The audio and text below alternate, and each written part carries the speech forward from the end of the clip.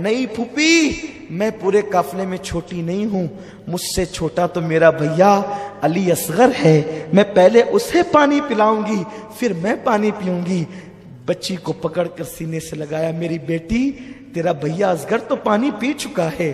پھر رات کاٹے نہیں کٹتی تھی، صبح ہوئی تو کچھ توقع تھی اب مصیبت کم ہوگی۔